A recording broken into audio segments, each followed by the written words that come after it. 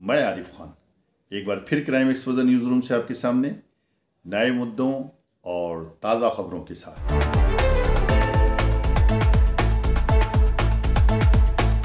रामपुर में घटी क्राइम की घटनाओं और रामपुर पुलिस के बीच का समन्वय किस प्रकार है, देखिए इस वीडियो में।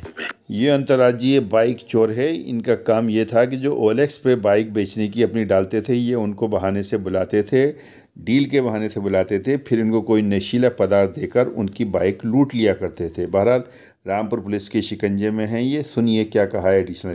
थाना मिलक पर जरिए मुखबिर एक सूचना प्राप्त हुई थी कि अपराधियों का एक गैंग ओएलएक्स के विज्ञापनकर्ताओं के साथ संपर्क स्थापित कर रहा है और उन्हें होटल पर झांसा देकर के बुलाया जा रहा है और उन्हें जहरीला पदार्थ खिला करके उनके वाहन को ले जाया जा रहा है। इस सूचना को डेवलप करते हुए थाना मिलक की पुलिस ने एक अभियुक्त की गिरफ्तारी की है। उसकी निशानदेही पर 3 मोटरसाइकिल और 1 कार बरामद किया गया है। विस्तृत पूछताछ से यह तथ्य प्रकाश में आया कि एक अंतर जनपदीय गैंग है जिस पर रामपुर, बुलंदशहर तथा शाहजहांपुर के अभियुक्त पंजीकृत हैं। विस्तृत पूछताछ की जा रही है और अग्रिम कार्रवाई की जा रही है। दोस्तों, अक्सर आपने सुना होगा कि सुनारों की दुकानों से जेवर चोरी हो जाते हैं। जेवर चोर महिलाएं वहां पर आती हैं और ख़रीदार बनकर आती हैं। ख़रीदार बनने के बहाने से वो उनको उलझाती हैं और उनके जेवरों को चोरी कर लेती हैं। इस प्रकार की घटनाएं रामपुर में भी बहुत घटी हैं और आसपास की तहसीलों में भी। बहरहाल मिलक तहसील में जो घटना घटी थी उसका पुलिस ने अनावरण किया है और 2 महिला चोरों को गिरफ्तार किया है। उनके कब्जे से सोने के जेवर भी बरामद किए हैं जो महिलाओं ने चुराए थे। देखिए क्या है पूरा मामला रामपुर एडिशनल एसपी की ज़बानी। 3 फरवरी को थाना मिलक क्षेत्र में एक स्वर्णकार की दुकान से 2 महिलाओं ने स्वर्ण आभूषण चोरी कर लिए थे। इस सूचना के आधार पर थाना मिलक पर तत्काल अभियोग पंजीकृत किया गया था। विस्तृत विवेचना की गई। 2 अभियुक्ताओं की गिरफ्तारी की गई है। इनके कब्जे से 8 अंगूठी, 26 पीस कुंडल, 14 पीस टॉप्स आदि बरामद किए गए हैं। विस्तृत पूछताछ की जा रही है कि ये महिलाएं और किन किन घटनाओं में सम्मिलित रही हैं। विस्तृत पूछताछ के उपरांत अग्रिम विधिक कार्रवाई की जा रही है। सपा नेता कार्यकर्ता पूर्व ब्लॉक प्रमुख उज्जवल दीदार सिंह साबी जो बहुत दिन से फरार थे, पुलिस ने इनको गिरफ्तार कर लिया है। इनके पर आरोप है कि इन्होंने लेखपाल के साथ में मारपीट की थी और लेखपाल ने इनके पर बाकायदा एक मुकदमा पंजीकृत कराया था। तब से ये फरार चल रहे थे। सुनिए एडिशनल एसपी ने क्या कुछ कहा। 27/12/2024 को थाना बिलासपुर पर हल्का लेखपाल ने सूचना दी थी कि एक व्यक्ति ने उसके साथ मारपीट की है, सरकारी कार्य में बाधा डाली है तथा उसका मोबाइल छीन लिया है। इस सूचना के आधार पर तत्काल थाना बिलासपुर पर अभियोग पंजीकृत किया गया था। उक्त अभियुक्त की लगातार तलाश की जा रही थी। पुलिस अधीक्षक महोदय द्वारा उक्त अभियुक्त की गिरफ्तारी के लिए 25,000 रुपये का इनाम घोषित किया गया था। आज उक्त अभियुक्त की गिरफ्तारी की गई है। विस्तृत पूछताछ से यह तथ्य प्रकाश में आया है कि उस पर 25 से ज़्यादा मुकदमे पंजीकृत हैं। उससे जो घटना में छीना गया मोबाइल था वो अर्जली अवस्था में बरामद कर लिया गया है। विस्तृत पूछताछ और साक्ष्य संकलन के उपरांत अभियुक्त की गिरफ्तारी की गई है और उसके विरुद्ध आवश्यक विधिक कार्रवाई की जा रही है। ये हैं अब्दुल्ला आजम, समाजवादी के नेता, पूर्व विधायक और आजम खान साहब के पुत्र। जेल से बाहर आ चुके हैं। इन्होंने कई माह जेल में गुजारे थे। बाहर आते ही इनका ज़बरदस्त खैर मकदम हुआ है। लोगों ने इनका स्वागत किया है।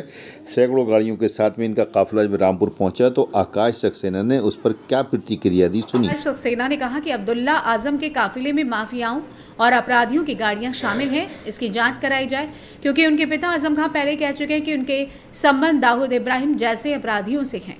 समाजवादी पार्टी के वरिष्ठ नेता आजम खां के पुत्र अब्दुल्ला आजम 2 जन्म प्रमाण पत्र बनवाने के मामले में हरदोई जेल में बंद थे। एमपी एमएलए कोर्ट ने जमानत मिलने के बाद 17 माह के बाद अब्दुल्ला आजम मंगलवार को हरदोई जेल से रिहा हो गए। जेल से लेने के लिए गाड़ियों का काफिला पहुंचा, जिसकी वजह से हरदोई पुलिस को भी परेशानियां हुई। गाड़ियों के लंबे चौड़े काफिले के बाद रामपुर आ रहे हैं, जिसके बाद मुकदमे के बाद ही शहर विधायक आकाश सक्सेना ने अपनी प्रतिक्रिया दी। उन्होंने कहा कि अब्दुल्ला आजम को अभी जमानत मिली है, बरी नहीं हुए हैं। हमारी पैरवी मजबूती से जारी रहेगी। गाड़ियों के काफिले के सवाल पर उन्होंने कहा कि इसकी जांच कराई जाएगी। उनके काफिले में कितनी गाड़ियां अपराधियों और माफियाओं की हैं, क्योंकि उनके पिता आजम खां पहले ये बात स्वीकार कर चुके हैं कि उनके संबंध दाऊद इब्राहिम जैसे माफियाओं से हैं। सिर्फ इतना ही कहेंगे कि बेल मिली है, बरी नहीं हुए हैं। तो न्यायपालिका का जो फैसला जो भी आया है और जो फैसला जो अभी आएगा, हमने हमेशा से ये कहा है कि हम न्यायपालिका के हर फैसले का सम्मान करते हैं, चाहे वो बेल को लेकर हो या आगे आने वाले समय में किसी भी उनके मुकदमे को लेकर हो। जो आपने काफिले की तो उसकी जांच करवाएंगे कि कितनी उस गाड़ियाँ उस काफिले में अपराधियों की हैं, कितनी गाड़ियाँ माफियाओं की है, क्योंकि इनके जो पिताजी हैं वो तो ये कह ही चुके हैं कि मेरे संबंध दाऊद से हैं, मेरे संबंध जो देश के बाहर के जो इस तरीके के लोग हैं उनसे हैं, तो उसकी भी जांच करवाएंगे। दोस्तों, मैं हमेशा कहता हूं कि सरकारी योजनाओं का दलालों के माध्यम से गलत इस्तेमाल होता है, पात्रों तक नहीं पहुंच पाती हैं। टांडा में 3 युवतियां गिरफ्तार हुई हैं जो मुख्यमंत्री सामूहिक विवाह योजना का जिन्होंने गलत लाभ उठाया था और ये लाभ दलालों के माध्यम से उठाया था। पुलिस ने इनको तो गिरफ्तार कर लिया, लेकिन किसके ज़रिए ये वहाँ तक पहुँची थी ये अभी तक गिरफ्तारियाँ नहीं हुई हैं। देखिए, दिनांक 5/12/2023 को माननीय मुख्यमंत्री सामूहिक विवाह योजना का कार्यक्रम रामपुर में आयोजित हुआ था। इसमें टांडा क्षेत्र की 3 सगी बहनें भी इस विवाह कार्यक्रम में शामिल हुई थी। बाद में ये शिकायत प्राप्त हुई कि इन तीनों बहनों ने अपना गलत नाम पता और कूटरचित दस्तावेजों के आधार पर जो इस कार्यक्रम के अंतर्गत लाभ प्राप्त होते हैं उसको किया।